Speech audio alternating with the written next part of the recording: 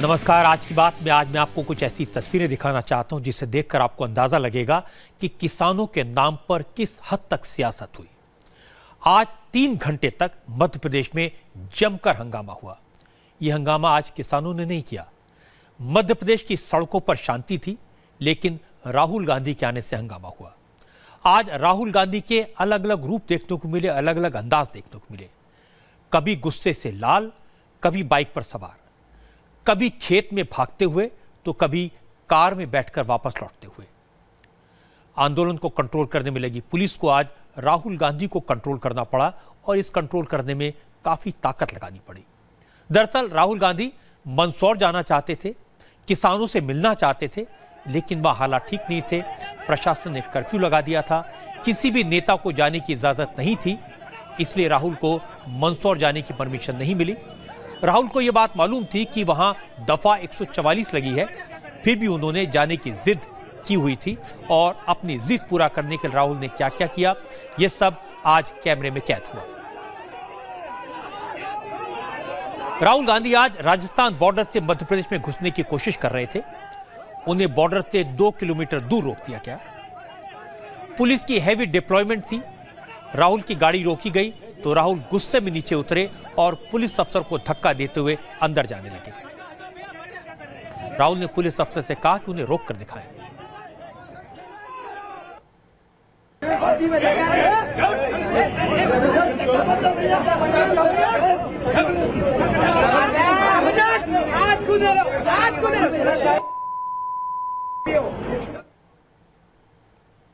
Border पर राहुल के तेवर कार्यकर्ताओं ने देखे, उन पर भी इसका असर हुआ।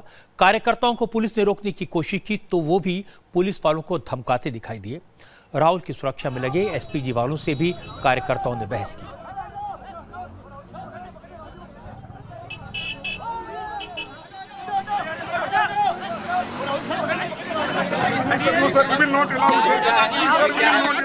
मुझे अंदर जाने नहीं दे रहे, मुझे अंदर नहीं जाने दे रहे।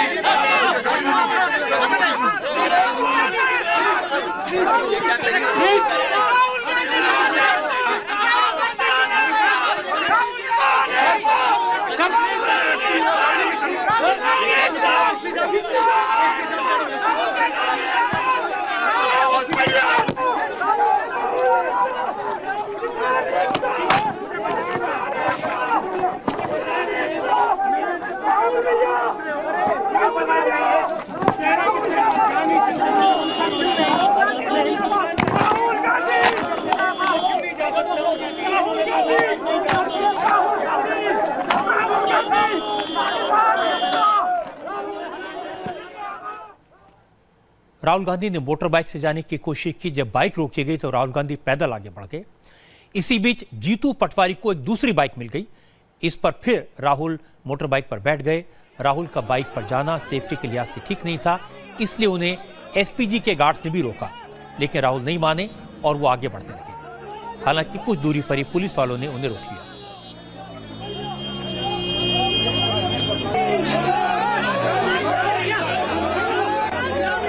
ये जीतू पटवारी, ये वही विधायक हैं जिन्होंने कल किसानों को भड़काने की कोशिश की थी, उनसे हिंसा करने की, आग लगाने की बात कही थी।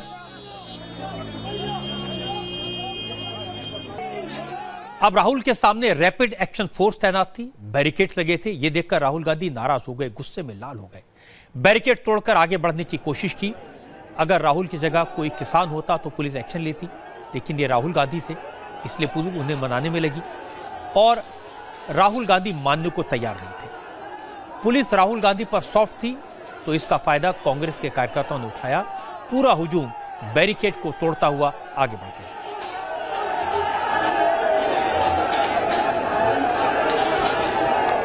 पुलिस की बैरिकेड तोड़ने के बाद राहुल सड़क छोड़कर खेतों में घुस गए। अब खेत में आगे आगे राहुल और पीछे पीछे पुलिस। आज मध्य प्रदेश की पुलिस राहुल गांधी के सामने मिन्नतें कर रही थी, उनसे वापस जाने की रिक्वेस्ट कर रही थी, लेकिन राहुल गांधी मानने को तैयार नहीं थे।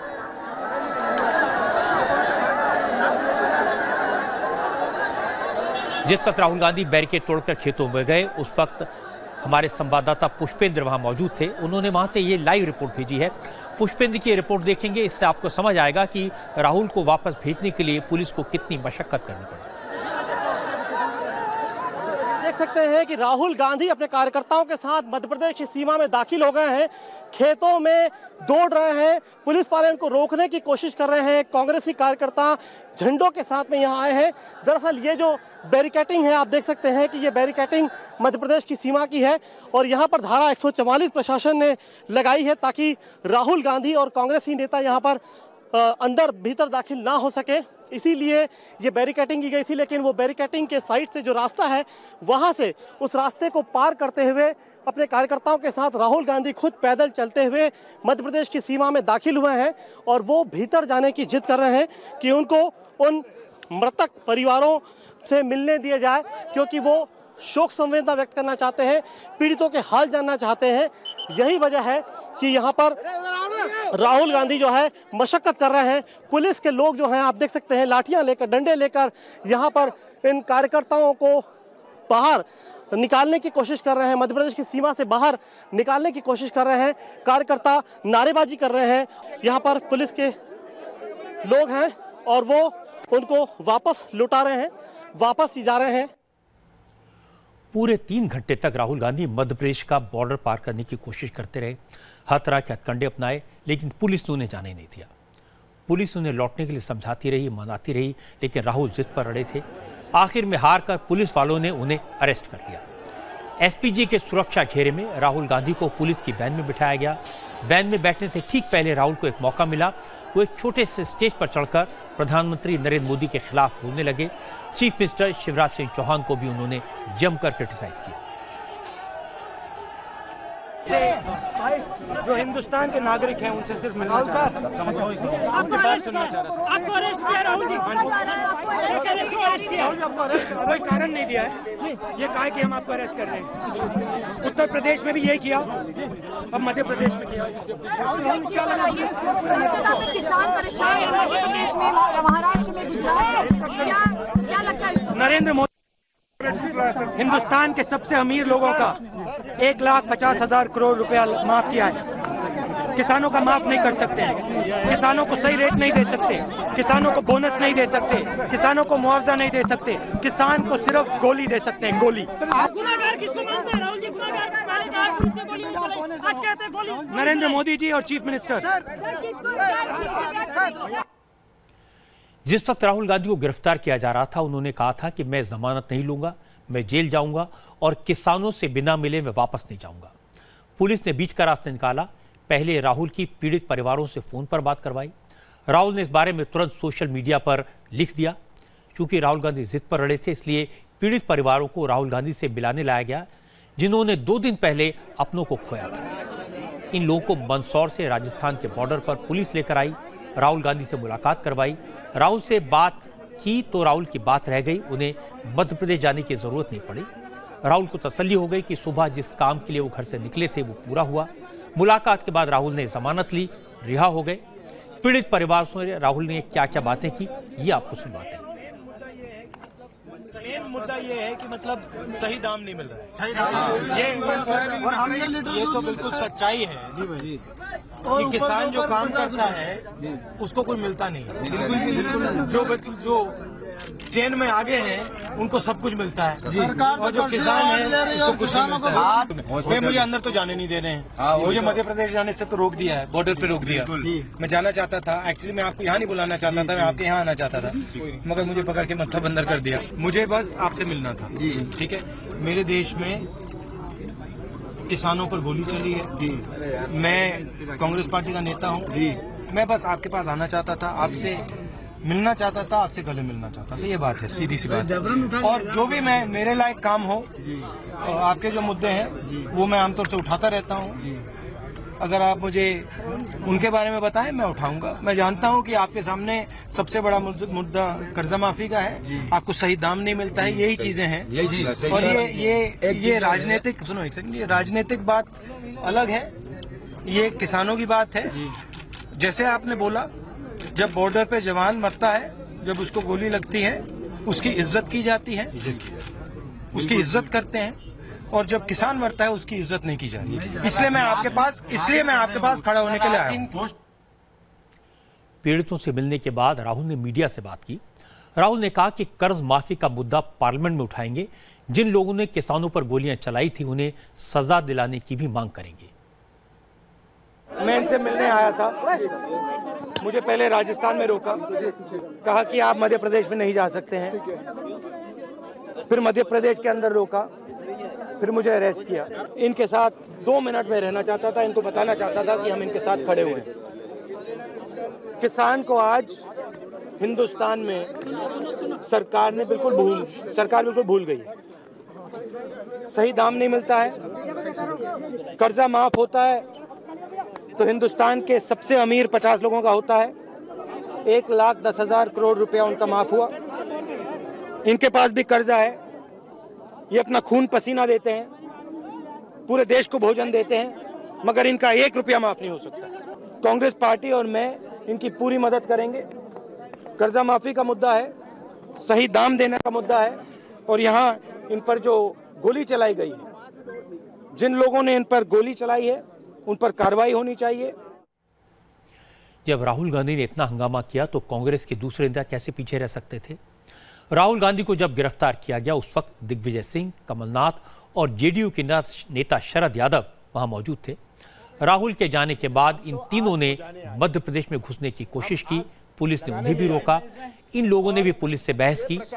दिग्विजय सिंह को तो पुलिस ने दफा 144 का मतलब समझाया और उन्होंने भी पुलिस को दफा 144 का मतलब समझाया। ये तो आप गैरकानूनी काम कर रहे हैं। बिल्कुल आप हमारी रास्ता रोक रहे हैं। आप लोग आप गैरकानूनी काम कर रहे हैं। आप कानून के रखवाले हैं, संविधान के आप रक्षक हैं। ये संविधान की रक्षा कर रहे हैं, हमको 3 लोगों को रोक रहे हैं। आप कौन से कानून की तरह रोक रहे हैं? आप लोग 144 में 3 लोगों को रोक सकते हैं क्या? नहीं सर, हर तरह गैदरिंग कहाँ है? ये गैदरिंग पुलिस वालों की गैदरिंग है, ये मीडिया वालों की गैदरिंग है। रोकिए नहीं, हम लोग जाएंगे भी है जो आप लोगों के साथ। नहीं देखिए, बात ये है, आप गैर कानूनी काम कर रहे हैं।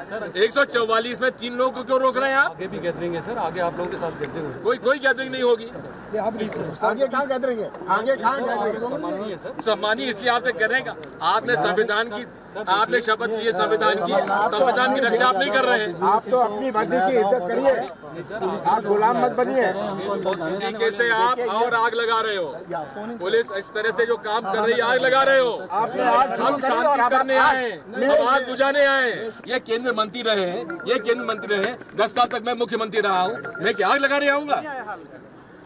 हम बुझाने आए आग।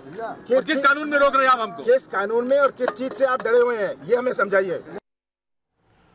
पुलिस अफसर ने उनकी कोई दलील नहीं मानी। कुछ मिनट बाद दिग्विजय सिंह, कमलनाथ और शरद यादव वापस लौट गए। लौटने से पहले दिग्विजय सिंह ने कहा कि मध्य प्रदेश के होम मिनिस्टर को तुरंत इस्तीफा देना चाहिए। ये सरकार बेहद मूर्खतापूर्ण ढंग से चल रही है और मुख्यमंत्री जी और गृह मंत्री जी को तो तत्काल इस्तीफा दे देना चाहिए। ये कौन सा कानून है? हम 3 लोग, एक भूतपूर्व मंत्री, एक भूतपूर्व 10 साल तक का मुख्यमंत्री, हम क्या आग लगाने आए? हम आग बुझाने आए हैं। हम लोगों को शांत करने आए हैं, किसानों को समझाने के लिए आए हैं। हम कह रहे हैं आप अपनी गाड़ी में ले चलिए, हम लोगों को समझाएंगे, बताएंगे, लेकिन जाने नहीं दे रहे। कौन सा कानून 144 है? हमने भी सरकार चलाई है। 144 कानून में आप मीटिंग नहीं कर सकते, आप भीड़ इकट्ठा नहीं कर सकते। यहाँ पर मीडिया वालों को हटा लीजिए तो पुलिस और हमारे अलावा और कौन बचा? राहुल गांधी ने मध्य प्रदेश के बॉर्डर पर जो किया उसे वेंकैया नायडू ने फोटो ऑप बताया। उन्होंने प्रदेश के बंद का ऐलान किया। एक तरफ वहां किसान मर गया, उनके ऊपर सहानुभूति दिखाना, उनको राहत कैसा देना, इस विषय के बारे में ध्यान देते, नहीं तो जाके राजनीति करके बंद का ऐलान करते आप। और वहां जाके आज जैसा हर एक इलाका में ये हमारा कांग्रेस उपाध्यक्ष जब भी मौका मिलता है फोटो अपॉर्चुनिटी के लिए जाते हैं। हैदराबाद यूनिवर्सिटी में, जेएनयू में और बाद उत्तर प्रदेश में यही भी कोई घटना होता है वहां फोटो अपॉर्चुनिटी के लिए, बाद में कुछ करते भी नहीं है। जब राहुल गांधी मध्य प्रदेश में घुसने की कोशिश कर रहे थे, पीड़ितों के पास जाने की कोशिश में थे, उस वक्त मध्य प्रदेश के मुख्यमंत्री किसानों को समझाने के लिए, लॉ एंड ऑर्डर को कंट्रोल करने के लिए जुटे हुए थे। उन्होंने किसानों के नाम वीडियो मैसेज जारी किया, अपने दिल की बात कही, शांति की अपील की। मेरी सरकार किसानों की सरकार है, जनता की सरकार है। मेरी जब तक सांस चलेगी जनता के लिए काम करता रहूंगा, किसानों के लिए काम करता रहूंगा। अनेकों फैसले हमने अभी किसानों के हित में लिए हैं। प्याज 8 रुपया किलो खरीदा जा रहा है। मूंग, उड़द, तुअर की खरीदी 10 जून से न्यूनतम समर्थन मूल्य पर हम प्रारंभ कर रहे हैं। एक नहीं अनेकों फैसले अभी अभी हमने किसानों के हितों के लिए लिए हैं। समस्या के समाधान के लिए बातचीत के माध्यम से मैं सदैव प्रस्तुत हूं। चर्चा करके समस्याओं का समाधान हो सकता है, लेकिन कुछ अराजक तत्व प्रदेश को हिंसा की आग में झोंकना चाहते हैं। उनसे हम सख्ती से निपटेंगे, उनके मंसूबे कामयाब ना होने दें, शांति बहाली में सहयोग करेंगे। इस बीच एक और बड़ा डेवलपमेंट हुआ। आज मध्य प्रदेश सरकार ने भी यू टर्न लिया। कल तक मध्य प्रदेश के होम मिनिस्टर कह रहे थे कि किसानों की मौत पुलिस की गोली से नहीं हुई है। आज उन्होंने माना कि किसानों की मौत पुलिस की गोली से हुई। जिन 5 किसानों की मृत्यु हुई है वह पुलिस की गोली से ही मृत्यु हुई है। ये जांच में स्पष्ट हुआ, प्रारंभिक जांच में स्पष्ट हुआ है और घटना दुखद है। अधिकारियों को भी शायद जानकारी नहीं थी और इसलिए तत्कालिक जो सूचना मिली थी उस आधार पर हमने ये बात कही थी। जैसे ही हम लोगों को जानकारी मिली कि नहीं पुलिस की तरफ से फायरिंग हुई है, हम लोगों ने तत्काल इस बात को कहा। केंद्रीय होम मिनिस्टर राजनाथ सिंह ने भी आज किसानों के बारे में बात की। उन्होंने कहा कि किसानों के खिलाफ सिक्योरिटी फोर्सेस का इस्तेमाल नहीं होना चाहिए। उन्होंने किसानों को भरोसा दिलाया कि राज्य सरकार और केंद्र सरकार दोनों मिलकर किसानों के लिए काम कर रहे हैं। सुरक्षा बलों का सहारा किसानों की समस्या के समाधान में कम लिया जाना चाहिए, लेकिन किसानों के प्रति हमारी सरकार पूरी तरह से संवेदनशील है। मैं भी गांव का रहने वाला हूं, मैं भी किसान का बेटा हूं और बराबर किसानों की समस्याओं को लेकर जिंदगी हमने संघर्ष किया है और मैं कह सकता हूं कि हमारी सरकार किसानों के प्रति पूरी तरह से संवेदनशील है।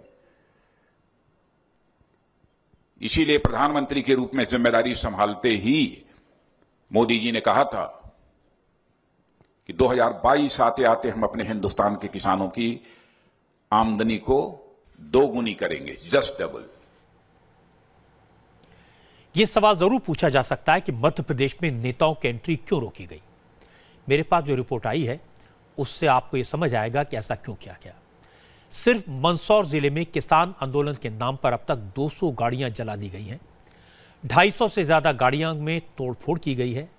मंदसौर, देवास, नीमच और उज्जैन में बुधवार को काफी हिंसा हुई थी। थाने जलाए गए थे, पुलिस चौकी फूंकी गई थी, एक इंस्पेक्टर के बंगले को आग लगा दी गई थी। उज्जैन में बिजली बोर्ड की गाड़ियां चला दी गई। नीमच में 12 ट्रक और 2 कारों में तोड़फोड़ की गई। पुलिस चौकी जला दी गई। महू से नीमच जाने वाले हाईवे पर 30 ट्रक और 60 दूसरी गाड़ियों को फूंक दिया गया। इनमें यात्रियों से भरी एक बस भी थी। पिपलिया मंडी में 65 दुकानें आग के हवाले कर दी गई। 3 घर जला दिए गए। कायमपुर में 3 बैंकों को आग लगा दी गई। भानपुरा में भी 15 दुकानों को लूटा गया। यह सब हुआ किसान आंदोलन के नाम पर। मुझे नहीं लगता कि किसान ऐसा काम कर सकते हैं। ये पक्की बात है कि एंटी सोशल एलिमेंट्स हैं जो आंदोलन की आड़ में ऐसा कर रहे हैं। वो गाड़ियां और दुकानें लूटते हैं और फिर उन्हें आग के हवाले कर देते हैं। आंदोलन की आड़ में लुटेरे मौज कर रहे हैं। इसी वजह से मंदसौर और पिपलिया में कर्फ्यू लगाया गया। आज तीसरे दिन भी कर्फ्यू जारी रहा। मंदसौर में शाम को 4 बजे से 6 बजे के बीच 2 घंटे के लिए कर्फ्यू में ढील दी गई थी, लेकिन सिर्फ महिलाओं और 10 साल से कम उम्र के बच्चों के लिए। किसानों का आंदोलन हुआ, हिंसा हुई, लोग मारे गए। राहुल गांधी को सरकार पर सवाल उठाने का अधिकार जरूर है, विरोध प्रकट करने का भी हक है, मौके पर जाकर आहत किसानों के परिवारों से मिलने का भी हक है। लेकिन अगर राहुल गांधी किसानों से शांति बनाए रखने की अपील करते, तोड़फोड़ रोकने की अपील भी करते तो बेहतर होता। लेकिन वो तो उस एमएलए की मोटरसाइकिल पर बैठकर गए जिसने एक दिन पहले किसानों को भड़काने की कोशिश की थी। इसलिए लगा कि राहुल गांधी का इरादा इस सारे मामले से राजनीतिक फायदा उठाने का था। आपको याद होगा कि कल मैंने आपको बताया था कि हंगामा करने वालों ने देवास में यात्रियों से भरी बस में तोड़फोड़ की थी। भीतर महिलाएं और बच्चे चीखते रहे, वो चीखें हमने सुनी थी कल। बाहर से लोग पत्थर फेंक रहे थे, वो पत्थरों की आवाज भी हमने सुनी थी। आज मैंने इंडिया टीवी के रिपोर्टर अश्विनी को वहां भेजा, ये देखने के लिए कि देवास में आज क्या हालात हैं। अश्विनी को जली हुई बस मिली। अश्विनी जो रिपोर्ट भेजी उसे देखकर आपको अंदाजा लगेगा कि कल वहां माहौल कैसा रहा होगा। मध्य प्रदेश के देवास में स्थित नेवरी फाटा पर बुधवार को किसान जो आंदोलन कर रहे हैं उन्होंने उपद्रवियों का रूप ले लिया और इस सड़क पर चलने वाली लगभग आधा दर्जन से ज्यादा बसों को आग के हवाले कर दिया। तो मैं उस सड़क पर हूं इस वक्त, आपको तस्वीर दिखाना चाहूंगा। आप देख सकते हैं एक लाइन से बसें हैं। जो सबसे आगे एक बस खड़ी है वो चार्टर्ड बस है, उसको पूरी तरह से जला दिया गया। उसके ठीक पीछे दूसरी बस जली हुई खड़ी है। एक टैंकर आपको मैं सबसे पीछे की तरफ दिखाऊंगा, इसे पूरी तरह से जला दिया गया। और इस रोड पर जहां तक नजर जाएगी लगभग इसी तरह से कई बड़ी गाड़ियां जलाई गई हैं। सड़कों पर आप देख सकते हैं शीशे जो हैं वो गाड़ियों के टूटे हुए हैं। इस तरफ एक बस आप देख सकते हैं ये पूरी तरह से आग के हवाले कर दी गई। जानकारी के मुताबिक ये वही बस है जिसमें महिलाएं और बच्चे लगातार अंदर से गिड़गिड़ा रहे थे, गुहार लगा रहे थे कि भाई आप उन्हें जो है बस में पत्थर ना मारिए, बस के साथ उन्हें ना जलाइए, इस तरह की गुहार करते हुए इसके बाद उन्हें निकाला गया जो है बस से और फिर इस बस को आग के हवाले कर दिया गया। अश्विनी को वहां पर एक बस मालिक मिली, इनका नाम संतोष है। संतोष अपनी बस खुद ड्राइव कर रहे थे, उनके सामने ही पूरा हंगामा हुआ था। प्रदर्शन करने वालों ने उनकी बस को तोड़ दिया था। संतोष ने बताया कि बस में सवार महिलाओं ने, बच्चों ने प्रदर्शनकारियों से रहम की अपील की, लेकिन प्रदर्शन करने वाले कुछ भी सुनने के लिए तैयार नहीं थे। कम से कम 1000-1500 किसान लोग मतलब उपद्रवी लोग थे उनके साथ में। तो इधर से आए, हाटी विलेज आपड़ा तरफ से आए कुछ लोग सोनकर तरफ से भी आए और यहाँ आके गाड़ियों में तोड़ा फोड़ी करी, काफी नुकसान करा, मतलब आग लगा दी गाड़ियों में। महिलाएं हाथ जोड़ रही थी कि हमको निकल जाने दो गाड़ियों में से। बच्चों को ले लेकर खेतों में भग रही थी। मतलब ये जो इस तरफ मैं आपको खेत दिखा दूं, यहाँ पर ये खेत आप देख सकते हैं। पुलिस वाले भी भग रहे थे इसमें, पुलिस वाले भी खेतों खेत भग रहे थे। मतलब उनकी पुलिस वाले को भी गाड़ी जला दी गई, हमारे सामने जलाई थी गाड़ियाँ। ये उपद्रव हुई, मतलब खूब लूटा पाटी करी, गाड़ियों के सामान छुड़ा लगे उन लोगों से। महिलाएं निवेदन कर रही थी बच्चों को ले लेके कि हमको निकल जानी थी गाड़ी में से। उन्होंने कहा नहीं, सवारी को भी जला दो इसमें साथ में। अच्छा, ऐसी भी जो है जो थी बार पाँव निवेदन कर रही थी हमको निकल जाना। बच्चे चिल्ला रहे थे उसमें, रो रहे थे मतलब। हाँ, तो फिर काफी पब्लिक ने भी समझाया कि नहीं इनको निकल जाने दीजिए। मतलब आपकी गाड़ी को भी घेर लिया था? हमारी गाड़ी को घेर लिया, पूरी फोड़ दी गई, उसमें भी आग लगा रहे थे ये। वो तो एकदम क्या हुआ, अचानक बारिश हो गई जिसके कारण गाड़ी हमारी बुझ गई। मतलब असामाजिक तत्वों के लोग थे मतलब जिन्हें काफी लूटापाटी करी। मतलब खूब, वो तो घटना इतनी बड़ी हो जाती है सर, क्या बताएं आपको। मतलब हमारे संवाददाता ने देवास के एसपी से बात की। एसपी ने तोड़फोड़ करने वालों के पैटर्न के बारे में बताया। एसपी का कहना है कि सब कुछ पूरी प्लानिंग के साथ हुआ। हंगामा करने वालों ने पहले पुलिस को एक जगह उलझाया और उनके दूसरे ग्रुप ने दूसरी जगह पर गाड़ियों को टारगेट किया। इनके द्वारा जगह जगह मोटरसाइकिलों का इस्तेमाल करके और जहां भी फोर्स कम दिखा है वहां पर जाके आगजनी तोड़फोड़ करने का प्रयास किया गया था। नेवरी फाटक पर भी ये वहां पे प्रदर्शन के लिए इकट्ठे हुए थे और उसमें से कुछ लोगों के द्वारा पीछे से खेतों के रास्ते से जाकर और वहां जो बसेस थी जिनको कि उस स्थान से दूर रोक दिया गया था, वो उन स्थानों पर वहां पे जाके उनके द्वारा आगजनी की गई थी। कल जो तस्वीरें हमने देखी थी जलती बस की, पत्थर मारने की, बच्चों की चीख सुनी थी, आज भी हमारे कान में गूंजती है। बसों में आग लगाना, ट्रकों को जला देना, महिलाओं और बच्चों पर पत्थर फेंकना, ये विरोध का कौन सा तरीका है? ऐसा करने वाले किसान तो नहीं हो सकते। ऐसे एंटी सोशल एलिमेंट्स के साथ सख्ती से निपटना चाहिए। किसानों का आंदोलन महाराष्ट्र में भी आज 8वें दिन जारी रहा। अब तक सरकार ने किसानों के लिए कुछ बड़े फैसले किए हैं। किसानों की कर्ज माफी के लिए कमेटी बनाई है जो 15 दिन में रिपोर्ट देगी, लेकिन इस ऐलान के बाद भी किसानों ने हड़ताल वापस नहीं ली है।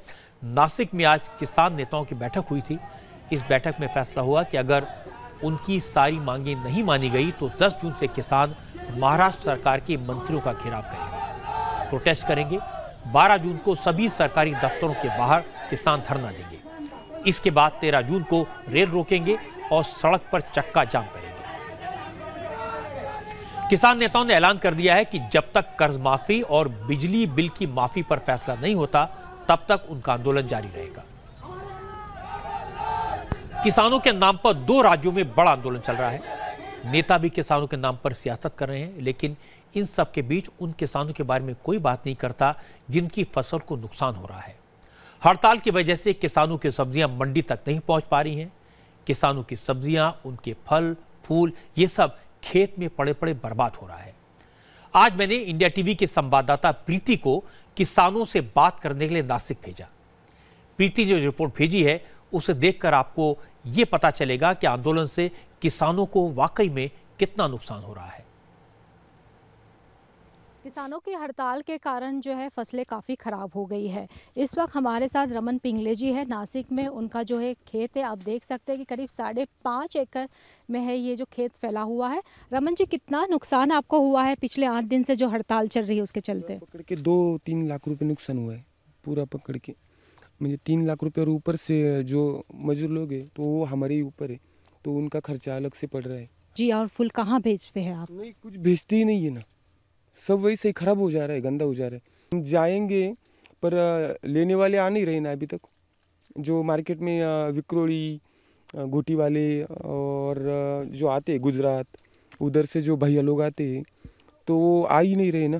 वो डरते हैं कि कोई गाड़ी नहीं फोड़ देगा, माल जाएगा कि नहीं, को उनका भी पैसा है। तो क्या लगता है आपका ये सामान बिकेगा कि नहीं मार्केट में? नहीं बिकेगा ना, पर जो 100 रुपये का 20 रुपये में 20 रुपये आएगा, यानी हम बेचेंगे। और अभी वाशी मार्केट को एक गोनी जाने को है ना 90 रुपये लगता ही, और गोनी 10 रुपये की हो गई। ये 100 रुपये पूरा हो गए क्या? इनकी मजदूरी छोड़ देने की। 100 रुपये उधर क्या बिकेगा उधर हमको भी मालूम नहीं। प्रीति फूलों के खेत में भी गई। वहां किसान फूल तो तोड़ रहे हैं, लेकिन बाजार में वो फूल पहुंच पाएंगे या उससे पहले सूख जाएंगे, किसानों को ये नहीं मालूम। महाराष्ट्र में पिछले 8 दिन से किसानों की हड़ताल चल रही है और इस हड़ताल के कारण किसानों की हालत काफ़ी ख़राब है। इस वक्त मैं नासिक के एक खेत में हूँ। यहाँ पर आप देख सकते हैं कि फूल निकालने का काम शुरू हो गया है, लेकिन इनको भी नहीं पता कि ये फूल मार्केट में कब जाएंगे और उनको ये खरीदार कब मिलेंगे, क्योंकि अगर ये फूल को अगर नहीं निकाला गया तो अगले 2 दिन में ये ख़राब हो जाएंगे। और इनको ये भी नहीं पता कि यहाँ का मार्केट कब शुरू होगा। अब इनका तो यही कहना है कि हर रोज़ उनको काफ़ी नुकसान हो रहा है और ये लोग गुहार कर रहे हैं सरकार से कि ये जल्द से जल्द हड़ताल जो है ख़त्म कर दी जाए। पिछले 8 दिन से आपने तस्वीरें देखी हैं, कैसे किसानों के फल, किसानों के दूध, किसानों की सब्जियां सड़कों पर फेंकी गई। 740 करोड़ रुपए की सब्जी, फल और दूध अब तक सड़कों पर फेंका जा चुका है, बर्बाद हो चुका है। जरा सोचिए, फल, सब्जी और दूध जो सड़क पर फेंक दिया गया, उससे कितने गरीबों का पेट भर सकता था, कितने किसानों के घर का चूल्हा जल सकता था। अब भी आंदोलन के कारण किसानों की सब्जी खेत पर खराब हो रही है। किसान अपना माल बेचना चाहते हैं। अगर आंदोलन खत्म न हुआ तो नुकसान सबसे ज्यादा किसानों का ही होगा। ये बात किसानों के नेताओं को समझनी चाहिए। किसान आंदोलन करें, मंत्रियों का बहिष्कार करें, सरकार पर प्रेशर बनाएं, ये उनका हक है, लेकिन कम से कम उन किसानों की सब्जी और फल बाजार तक पहुंचने दें जो रोज कमाते हैं, रोज खाते हैं। उनके परिवारों के लिए वो 2 वक्त का भोजन जुटाते हैं। जिस वक्त मध्य प्रदेश और महाराष्ट्र में किसान अपनी मांगों को लेकर प्रदर्शन कर रहे थे, उस वक्त केंद्रीय कृषि मंत्री राधा मोहन सिंह बिहार के मोतिहारी में योग कर रहे थे। राधा मोहन सिंह चंपारण सत्याग्रह के 100वें साल के मौके पर बिहार में मोतिहारी पहुंचे थे। योग शिविर का उद्घाटन करने आए थे। हमारे संवाददाता नीतीश चंद्र ने कृषि मंत्री से किसानों के आंदोलन और उनकी मांगों को लेकर कई सवाल पूछे, लेकिन राधा मोहन सिंह ने किसानों से जुड़े किसी सवाल का ठीक से जवाब नहीं दिया। जिस तरह से हिंसा हो रही है किसानों के आंदोलन में, क्या कहेंगे? और इसको लेकर महात्मा गांधी 16 अप्रैल को इस गांव में आए थे और आज इस गांव का सौभाग्य है कि बाबा रामदेव आए। लेकिन मध्य प्रदेश में जो हो रहा है वो भी एक बड़ा आज सुबह से आज योग का मोतिहारी में कार्यक्रम हुआ है। मंत्री जी, आप सवालों से बच रहे हैं। और एक बड़ा सवाल है, मध्य प्रदेश चल रहा है, वहाँ बड़ा सम्मेलन है। आप आइए। राहुल गांधी जा रहे हैं, आपको लगता है राजनीति हो रही है इस पे? आपको लगता है राजनीति भी हो रही है इस पर? राहुल गांधी आज जा रहे हैं वहाँ पे मध्य प्रदेश। हमने बोल दिया ना, हो गया ना। इस योग शिविर में स्वामी रामदेव भी मंच पर थे। राधा मोहन सिंह ने किसान के आंदोलन और उस पर हो रही सियासत के बारे में कुछ नहीं कहा, लेकिन स्वामी रामदेव खुलकर बोले और साफ साफ शब्दों में उन्होंने कहा कि किसान आंदोलन के पीछे कोई साजिश है, इसके पीछे सियासत है, तभी सिर्फ बीजेपी शासित राज्यों में ही किसानों का आंदोलन चल रहा है। अभी मेरे से मीडिया वाले भाई पूछ रहे थे, बाबा जी ये महाराष्ट्र में और मध्य प्रदेश में किसानों का आंदोलन क्यों चल रहा है? मैंने कहा उनकी उपज का उनको एक वाजिब मूल्य मिले, उनको कम से कम लागत मूल्य मिले, इसके लिए चल रहा है। तो बोले होना चाहिए कि नहीं? मैंने कहा होना चाहिए, लेकिन मैंने अगले प्रश्न पूछा कि क्या पंजाब में किसानों की समस्या ही नहीं? क्या पंजाब के किसानों को उनके फसल का वाजिब मूल्य मिल रहा है? क्या कर्नाटक में किसानों की समस्या ही नहीं है? क्या तमिलनाडु, केरल में और उड़ीसा में किसानों की समस्या ही नहीं है? ये बीजेपी शासित राज्यों में ही किसानों का आंदोलन क्यों चल रहा है? साफ है, इसके पीछे भी एक कोई ना कोई राजनीतिक साजिश है। मैं एक बात कहता हूं, एक भी किसान की सीने में गोली लगती है तो मुझे भी दर्द होता है, क्योंकि मैं भी किसान का बेटा हूं। किसी किसान के साथ जाति अत्याचार नहीं होना चाहिए। स्वामी रामदेव ने राहुल गांधी के मंदसौर जाने पर तीखा वार किया। स्वामी रामदेव ने कहा कि राहुल बाबा को तो ये भी नहीं पता कि खेत खलियान होता क्या है, लेकिन आग में घी डालने के लिए मध्य प्रदेश पहुंच गए। कोई भी आंदोलन जब हिंसक हो जाता है, कोई भी आंदोलन में जब आग लगने लगती है तो नुकसान हिंदुस्तान का होता है। और उस आग में घी डालने के लिए मुझे पता लगा आज राहुल बाबा भी पूछ कर रहे हैं। राहुल जी को नहीं पता खेत खलियान और किसान क्या होता है, लेकिन अब जब आग लगी है, आक्रोश है, किसी भी कारण से चाहे वो आंदोलन जो है वो आक्रामक हो गया है, उस समय वहां जाकर के भैया आग में घी डालने का काम मत करो। जैसे अभी राधा मोहन जी ने कहा, इन पिछले 60 सालों में आपके और आपके बाप दादों का राज रहा इस देश में, उस समय से किसानों की हालत को सुधारने के लिए प्रयास किए जाते, तो आज किसानों को एक अलग मुकाम पर हम देख लें। और इसके बाद स्वामी रामदेव ने राहुल गांधी को योग के टिप्स दिए। आपको 5 लीटर गोमूत्र का अर्घ देंगे, उसमें से रोज 50 ग्राम सुबह गर्म पानी में पीना। हर महीना 3 से 5 किलो कम होगा। 1 साल में आप राधा मोहन जी से भी ज्यादा स्मार्ट दिखने लग जाएंगे। ये बहुत जरूरी है। अब और ये रोज ये क्या करो, मोदी जी रोज करते हैं, इसलिए देखो वो गांधी खानदान इतने सालों से था, उसको पटक नहीं देगी। मैं तो राहुल से भी बोलता हूं, कम से कम विपक्ष का नेता बनना है तो रोज कपाल भाती कर लिया करो, ठहर जाओ। ये कपाल भाती करके दिखाओ, ये जनता को है। एक खास बात आपको बताता हूं, मोदी जी सुबह उठ करके करीब आधा से 1 घंटा रोज, किसी दिन बहुत बिजी हो तो आधा घंटा नहीं तो 1 घंटा योग जरूर करते हैं, और इसीलिए उनके चेहरे पर ग्लो है। और 100 साल तक मोदी जी ऐसे ही रहने वाले हैं। कुछ लोग सोचते हैं 1924 के बाद कौन होगा, अभी डटे रहो। जो योगी है वो बुढ़ा नहीं होता है। स्वामी रामदेव की खास बात यह है कि वो कोई बात मन में नहीं रखते, जो कहना है खुलकर कहते हैं, चाहे राजनीति के बारे में हो, विदेशी कंपनियों के बारे में। इसलिए लोग उनकी बात को पसंद भी करते हैं, उन पर भरोसा करते हैं। फिलहाल स्वामी रामदेव का कंसंट्रेशन है अंतर्राष्ट्रीय योग दिवस को सफल बनाने पर। इसीलिए वो कल लखनऊ गए थे, जहां उन्होंने योगी आदित्यनाथ के साथ योग किया था। आज मोतिहारी में उन्होंने लोगों को योग सिखाया। आज देश के एक और हिस्से में हिंसा हुई, इतनी वायलेंस कि आर्मी को बुलाना पड़ा। आज दार्जिलिंग से परेशान करने वाली ये खबर आई। चिंता इसलिए भी ज़्यादा है क्योंकि गर्मी के इस मौसम में दार्जिलिंग में टूरिस्ट हैं, बड़ी संख्या में गए हुए हैं और 15,000 टूरिस्ट वहाँ पर फंसे हुए हैं। दार्जिलिंग की सड़कों पर आज गोरखालैंड की मांग को लेकर प्रदर्शन हुआ, लाठियाँ चली, पत्थरबाजी हुई। ये हिंसा और उग्र प्रदर्शन ऐसे दिन हुआ जब पश्चिम बंगाल की सरकार ने 45 साल बाद राज्य के पहाड़ी इलाके में आज कैबिनेट की मीटिंग की। इस कैबिनेट मीटिंग में ममता सरकार के 44 में से 34 मंत्री मौजूद थे। अंदर कैबिनेट की मीटिंग चल रही थी, लेकिन बाहर सड़कों पर ममता की सरकार के खिलाफ उग्र प्रदर्शन हो रहा था। दरअसल ममता बनर्जी ने पहले ऐलान किया था कि आज वो कैबिनेट की मीटिंग करेंगी। गोरखा जनमुक्ति मोर्चे ने प्रदर्शन की प्लानिंग पहले से कर ली थी, लेकिन सरकार और प्रदर्शनकारियों के बीच फंस गए टूरिस्ट। आज सुबह से ही गोरखा जनमुक्ति मोर्चा के समर्थक सड़कों पर उतर आए। गोरखा जनमुक्ति मोर्चा के समर्थकों ने काले झंडों के साथ प्रोटेस्ट किया, बैरिकेड तोड़ दिए, कई जगह रोड ब्लॉक किया, पुलिस पर पत्थर बरसाए, ममता बनर्जी का पुतला भी फूंका। पुलिस ने प्रदर्शनकारियों को रोकने के लिए लाठियां चलाई, आंसू गैस के गोले छोड़े।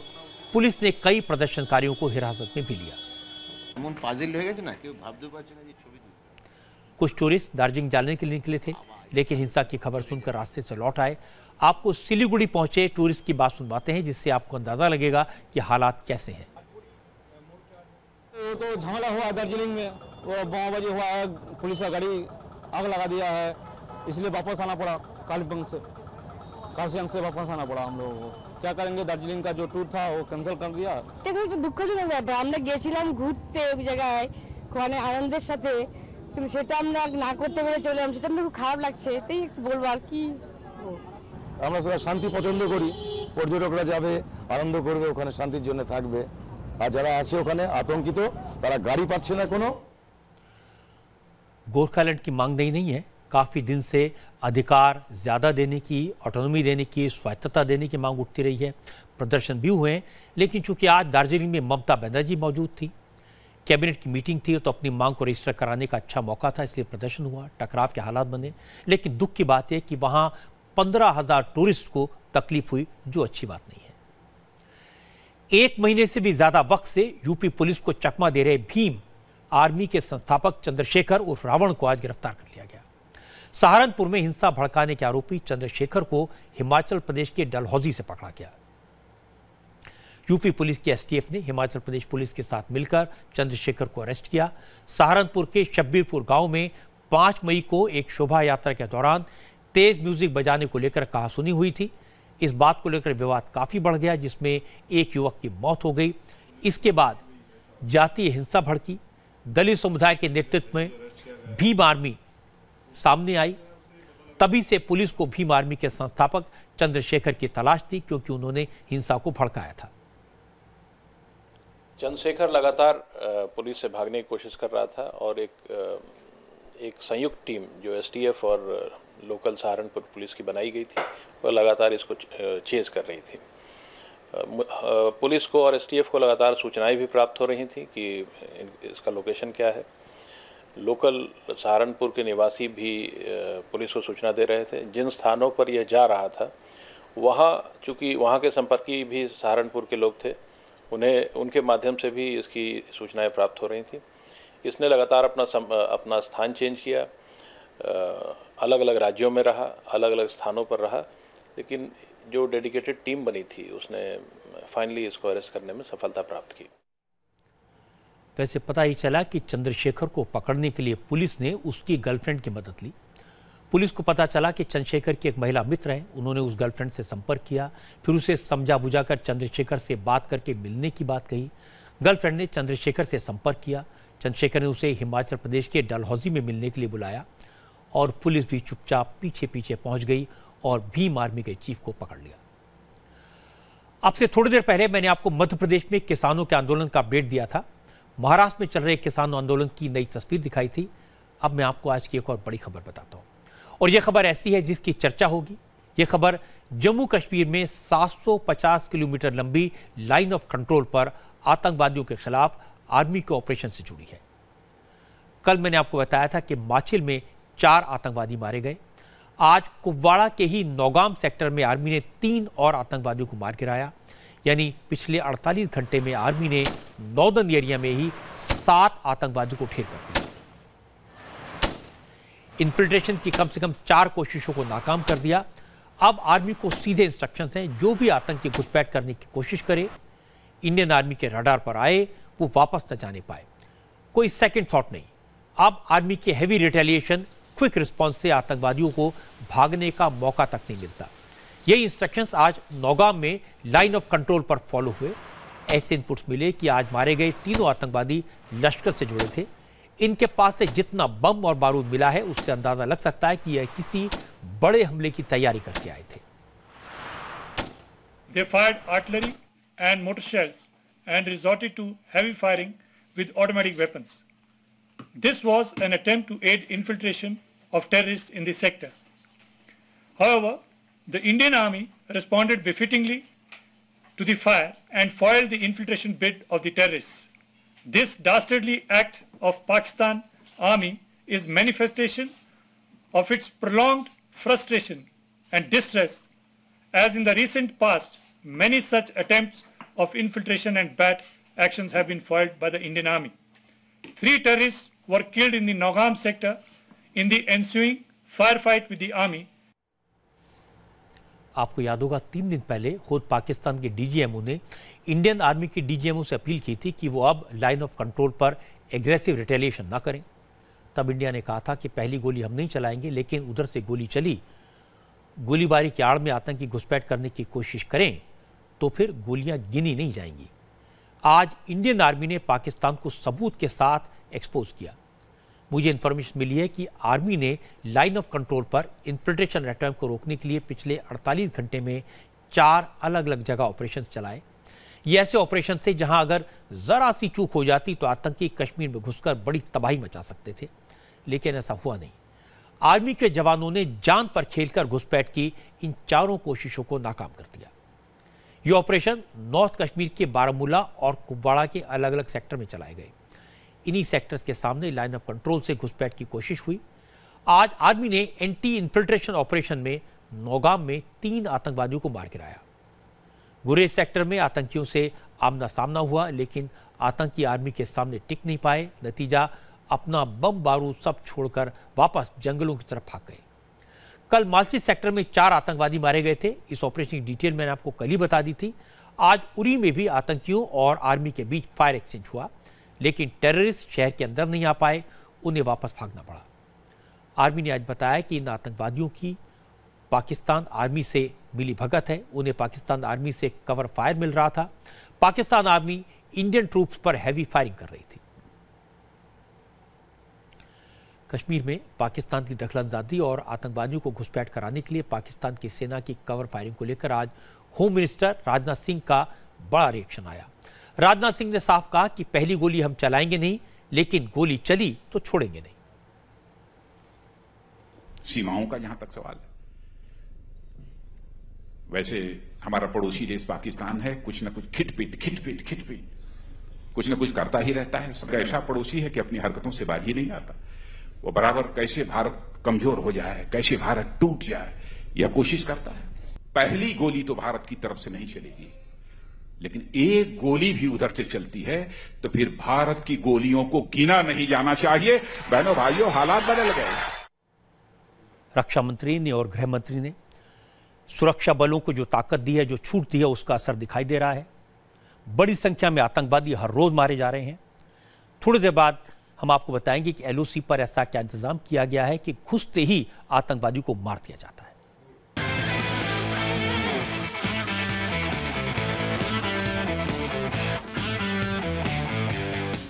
ब्रेक से पहले मैंने आपको बॉर्डर पर आर्मी के सक्सेसफुल ऑपरेशन के बारे में बताया। अब आपको मैं बताता हूं कि आतंकवादियों के खिलाफ ऑपरेशन में आर्मी का इतना सक्सेस क्यों मिला, इतनी सफलता कैसे मिली। असल में आर्मी ने सरहद पर निगरानी का एक नया सिस्टम तैयार किया है। इंडिया टीवी के संवाददाता Manish Prasad line of control पर अखनूर सेक्टर में मौजूद थे। यहां पर इंडियन आर्मी ने इन्फिल्ट्रेशन अटेम्प्ट को रोकने के लिए नया एंटी इन्फिल्ट्रेशन ऑब्स्टेकल सिस्टम तैयार किया है। पुरानी फेंसिंग की जगह डबल लेयर वाली मॉड्यूलर फेंस तैयार की गई है। आर्मी ने यह डबल फेंसिंग नौशेरा, पुंछ, माचिल, गुरेज, नौगाम और तंगधार जैसे सेंसिटिव इलाकों में डिप्लॉय की है। भारत पाकिस्तान की सरहद 950 किलोमीटर के लगभग है। सबसे बड़ी चुनौती एंटी इन्फिल्ट्रेशन ऑब्स्टेकल सिस्टम की थी। इनपुट्स के मुताबिक इन्हीं तारों को काटकर लगातार आतंकी घुसपैठ करते, पाकिस्तान की border action team cease fire violation करवाने में मदद करती।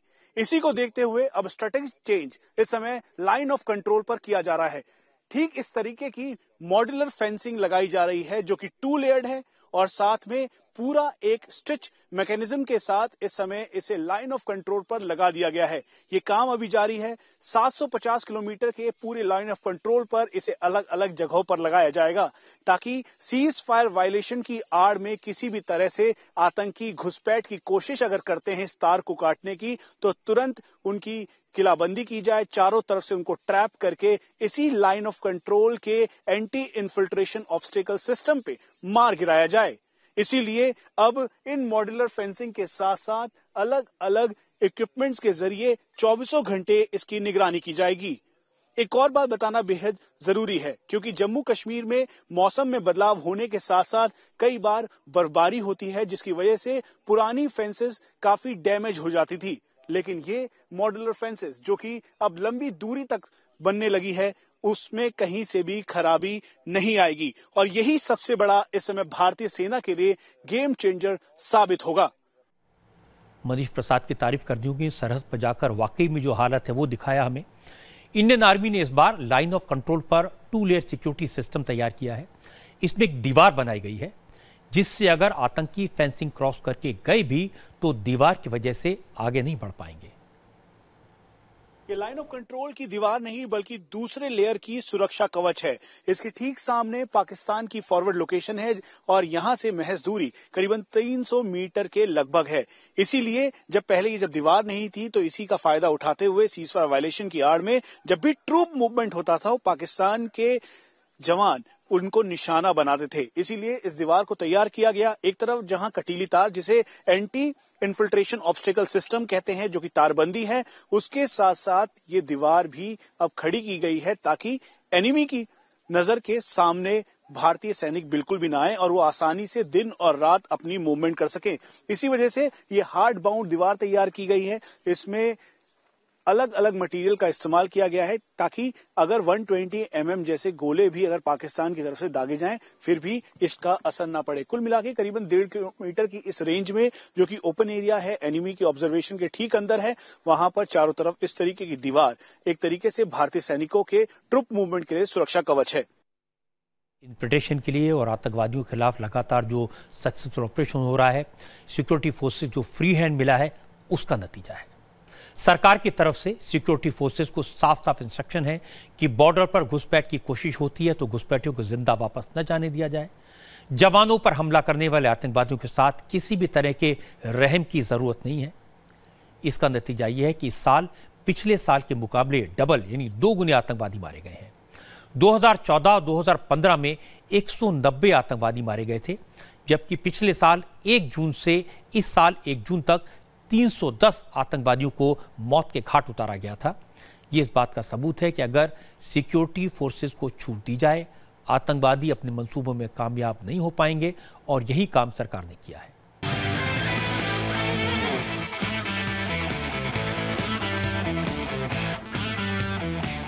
आज की बात में इतना ही। स्टूडियो में सुचारिता हैं, पंकज हैं, ये दोनों आपको बताएंगे इस वक्त की ताजा खबरें स्पीड से नॉन स्टॉप सुपरफास्ट में।